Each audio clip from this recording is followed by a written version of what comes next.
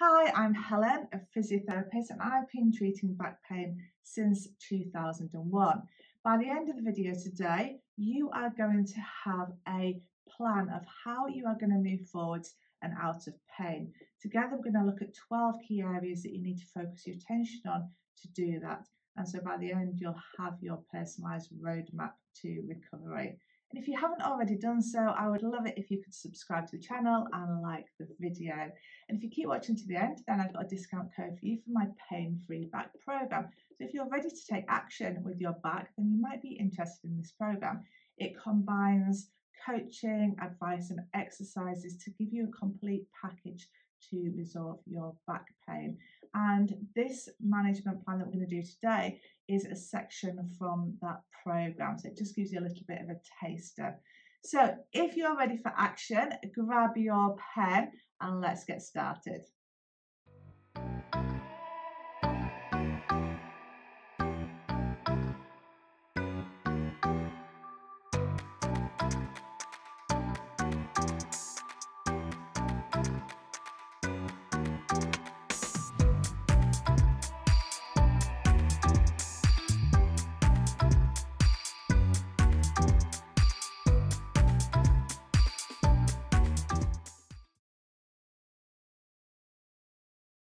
So in this section of the programme, we are looking at all the ways in which you can manage your back pain. Now there's a PDF to support this, so you can download that, or if you can't do that, then just grab yourself a notebook, but you might want to make notes along the way, because by the end, you're going to have developed your own personalised programme of how you're going to move forwards and out of pain. So there's 12 key areas that we're going to focus on today. And this is based from what the research tells us really helps to improve back pain, and also my experience in clinically treating back pain for many years. So let's get started with the first one. The first point is posture. It's not rocket science, and I'm sure you're not surprised, but posture has a really big impact on how our back functions, and poor postures put a lot of strain through our backs. So it's really important that we move towards a good posture. So what's your posture like? What we're going to be doing within the programme, and the next step is to start to assess your posture. So we're going to be having a look at your posture in sitting and in standing, so you can see where you're going wrong, and then within the programme we'll be making steps to correct that. So just have a think about your posture now while you're watching this. Is there anything you can do to adjust that posture to improve it slightly? That's your first challenge. So even the best posture in the world becomes problematic when you hold it for any length of time. So the key is to move and avoid these static postures. So aim to move every 20 minutes. You need to be really mindful of this, particularly if you are spending a lot of time sitting for work or maybe crafting.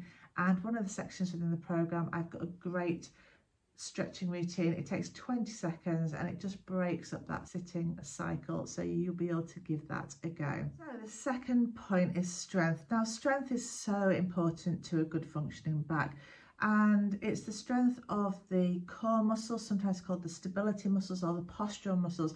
So these are the muscles that really support and stabilize and allow our backs to function really well and to function without pain, and that is going to be one of the key components of the programme that I'm going to lead you through. So a lot of people come into clinic and they think they've actually got quite good core strength. It might be they've been working on it at the gym, they've been attending classes, but actually when we come to look at it, most of these people have core muscles that they can brace and hold on really tight, but actually that's not the role of these muscles in the body.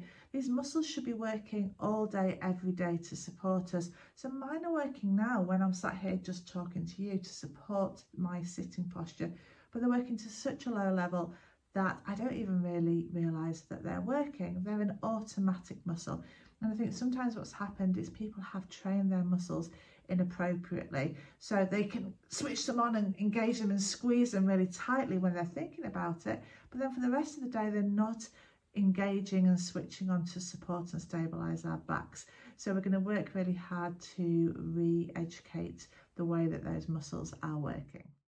So the third thing that's important is to incorporate some stretching into your routine. It might be that you've already got a few stretches that you really like and really help you to manage your back pain, and that's great. You can continue with those, and I'm going to teach you a few more within the program that I find really useful as well. Now, stretching helps to promote movement in the back, and it also helps to reduce tension in the muscle. But just a word of warning, it might be that you've been stretching your back when it's not been very happy and it's been making it worse. Now, that's not uncommon. So particularly in the early stages, or if your back's really angry and really sore, then stretching can actually aggravate things. So if that's the case, just stop stretching for now, get your back settled down a little bit, try some of these other things that we're talking about, and then return to the stretches and just start them really gently and build them up. But listen to your back. It tends to have its favourite stretches. So if a stretch doesn't feel good, try a different one. Generally, stretching should feel really nice. So number 4 is exercise. So we've talked about specifics around exercise, but we're talking here about just general activity levels. Research tells us that backs are generally much happier when we take regular low to moderate exercise. So things like walking and swimming and cycling and just maintaining a generally active lifestyle. So how active are you? Could you do better? Sometimes when we're in pain, now's not the time to be really pushing towards those ideals. So those 10,000 steps might not be achievable at the moment. The key at this stage is to listen to your back and let it guide you as to the level of activity it likes. If you have a step counter, this can be quite useful. So it might be that on days when you're in quite a lot of pain, have a little look. Have you done lots of steps? Have you been quite active that day? Or maybe the opposite, maybe you've done very little, and actually on the days when you're more active, your back is much happier. So lean into what it's telling you and try and be guided. But ultimately, over time, we want to be building in regular exercise to our daily lives to help to keep our backs happy in the future.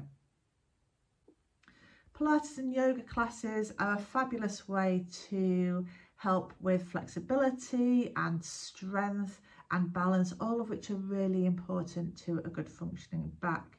And moving forwards, when we finish this program, it'd be a really great way to maintain, to keep your back strong and healthy. And a lot of the exercises that we're going to be doing are based on yoga and Pilates exercises. So you'll be doing some of those and you'll get a really good baseline to then move forwards if you want to do.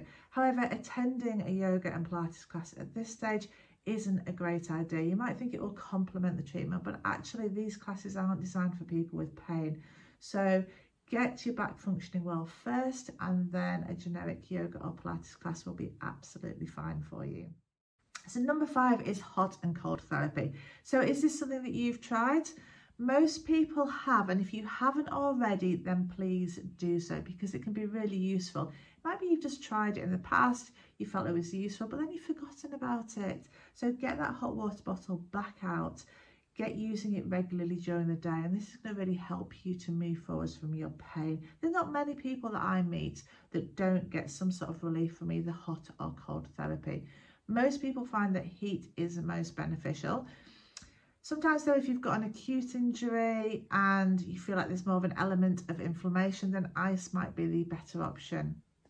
But just see how it feels. Your back will tell you what it likes. Make sure you've got good sensation and you've got good circulation. You want to be popping it on for about 15 to 20 minutes at a time. Don't put it directly onto your skin. So give it a go if you haven't already, and hopefully it will help. So number 6 on the list is medication.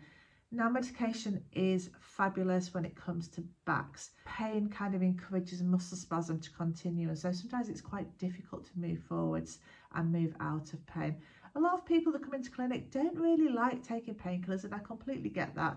They're worried that they're going to do too much, that they're going to create more injury from doing too much. But in my experience, rarely do painkillers get rid of all your pain. What tends to happen is they just reduce it slightly, they relax you a little bit so that you're able to move and do some of the things that are actually really positive when it comes to moving out of pain. So getting moving a bit more, trying to find a good posture. Those muscles tend to relax off as well when you're in less pain, which again is really beneficial. So don't just push it to the side and discard it. Have it there in the back of your mind. It's obviously your personal choice, and if it is something that you're interested in, go and have a chat to your pharmacist, your GP, a doctor, and just see what medication is going to be suitable to you.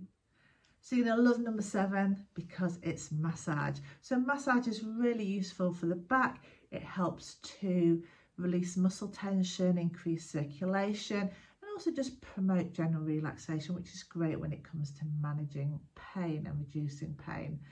So get yourself booked in, just a gentle massage. You don't want any extreme sports massages, that'll probably irritate things.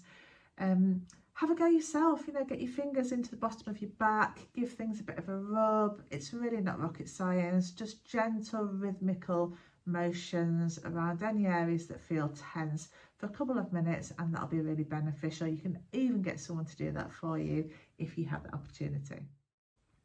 So number 8 are your biomechanics, and all we mean by biomechanics is the way that your body is aligned, because obviously it's all connected, so it does have an impact. And by looking at this bigger picture, we can get a really big improvement on your back. You can do all the work you like on your back, but if you have a foot that's functioning really badly, let's say you've got a flat foot, or maybe you've got a foot that moves around quite a lot, that's going to create a lot of strain and extra stress for your back. So it's going to be really difficult for you to move forwards and move out of pain. And it might be that just something as simple as using a inner sole can have an immediate impact on improving your back pain. Another example of that is your knee. So if your knee is moving inwards when you're walking, again, that's putting pressure through your hip, which in turn is putting pressure through your back. So your biomechanics are really important, and that's why I'm going to do an assessment as part of this program, so you can see what's going on with your biomechanics, and once we know, we're going to take steps to improve that so that we're offloading that back effectively.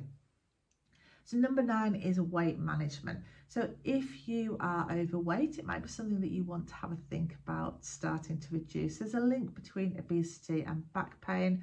And if you reduce your body weight, if you're overweight, then it can help to reduce your back pain also. However, saying that, it's not very easy when you're in pain to lose weight, because it doesn't make it very easy to move around, to exercise, and generally we're just feeling quite low, and it's, you know, not generally inspired. But hopefully as we move through the program, as your pain reduces and you start to get more active, it should make it a lot easier. There's also a link in the extra section that I've put in there for you, and that's just going to give you some help and guidance and support if you need also. So number 10 is ergonomics, and how your home and your workspace are set up can have a really big impact on your back pain. So have a little think about how you're sitting when you're relaxing. Where's your chair when you're looking at the TV? Is it turned so you're all the time twisted? Is there anything you can do about that? Have a think about your office environment. If you've got, if you've got a desk job, there's a link in the extra section to a really nice workstation assessment that you can go through as well. So that can be really helpful, and some guidance there on any equipment that you might need to help you. Have a think especially as well about the activities that cause you pain. Is there anything you can do to change those? So often, when we start to think about when we get our pain, if it is when we're sitting watching the TV, we need to be thinking about, is there something we can do to change that seating position? Or if it's when we're washing up, then maybe we need to be thinking about just raising the washing up bowl, or getting someone else to do it would be a great option as well. But we can start to think our way around these things, and making these changes can really help to move forward and move out of pain. Number 11 is mental health. Our bodies and our minds are so connected, and that's something that's really become very apparent to me in the last couple of years.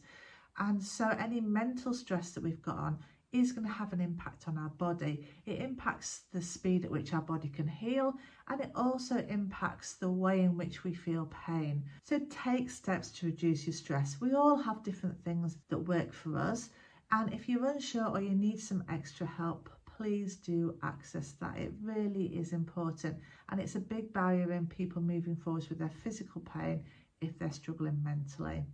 What I'd like you to do is I would like to challenge you to make sure that you do something that you enjoy every day. It sounds really silly, but these little things really help to improve your mental health. And when we improve our mental health, we also improve our physical health. So number 12 is physiotherapy or physical therapy. And research shows us that a combination of education and learning how to manage your back, a bit like what we're doing now, along with a structured exercise program, is really beneficial in moving people forwards and out of pain. Hence why this program has been developed, and that's kind of the basis of that. Hands-on physiotherapy as well can also help to move you out of pain, so that's something you can think about if you need.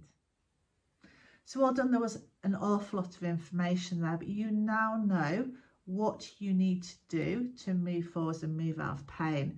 The hard job is actually doing it, isn't it? But you've got all that information there now. So what we're going to do, or what you're going to do next, is going to get your notebook, you're going to get your PDF, and you're going to go back through and you're going to work out what you are going to do. Now, obviously, a lot of that is covered within the programme, but there are some things that you're going to have to do by yourself. And it might be that you've already started doing some of those, or you tried it in the past and you thought, well, it didn't work for me. It probably didn't work for you if you weren't doing anything else. It's a bit like if you're doing exercises for your back, but you're still spending 8 hours a day sitting in a rubbish chair, you're going to find it very difficult to move forwards and move out of pain. So really start to open your mind and really think about each of these categories and what you can do to change them. And what I want you to do today is make sure you action at least one of these, because that will just really help with our motivation and help us to move forwards. And please don't underestimate the power of just doing one little thing. So all these little things, when we do them together, add up to make a really, really big impact. So keep that in mind. And all the time you're doing any of these things, always listen to your back. Ultimately, it will guide you. So just listen to your back. Take on board the advice that we've just discussed now, and the two together is going to be the ultimate dream team. So here's what you can expect from the Pain-Free Back programme. Having a basic understanding of how they work and the anatomy is going to be really beneficial. So let's have a think about those postural muscles, sometimes called the core muscles. So the discs are situated in between each of the vertebrae. We are looking at all the ways in which you can manage your back pain. Now this is to move and avoid these static postures. Stretching helps to promote movement in the back, and it also helps to reduce tension in the muscle. Where's your chair when you're looking at the TV? There's a link in the extra section to a really nice workstation assessment. 5 is hot and cold therapy. You now know, looking to see what's going on with your body. Now you can see that Rebecca's got that lovely arch shape here, and then we'll have a look at what we need to do if you have got flat feet in the next section. That changes the alignment of the lower limb and puts strain through the back, and sits underneath the medial arch there. So as you work through the exercises, particularly those glutes and core ones, and then again that will just help with that foot position. Firmly tilt the pelvis. So you can just tuck you under a little bit. Perfect. Just forwards and backwards, and just have a bit of a feel of the movement that you get there. So when your pelvis is tipped forwards, this creates a more extreme curve. Keep the movement slow at first, gradually working to making sure that your hands are under your shoulders. Okay, so this next stretch is for your hip flexor, and that's the muscle that goes. Okay, so I've got a few exercises for you to sit in. We need to bring our legs into tabletop positions, add in that arm progression as well. Make that harder, then we can start to add a bit more of a knee bend. Just drop down into a slight bend as you do that. Okay.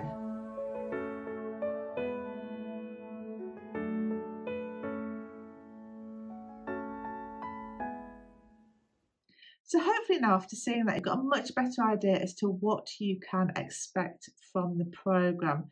It's really simple to use, and the results that we see are absolutely amazing. People transform their backs and they transform their lives. You deserve to do the same, and I would absolutely love to help you. Take care.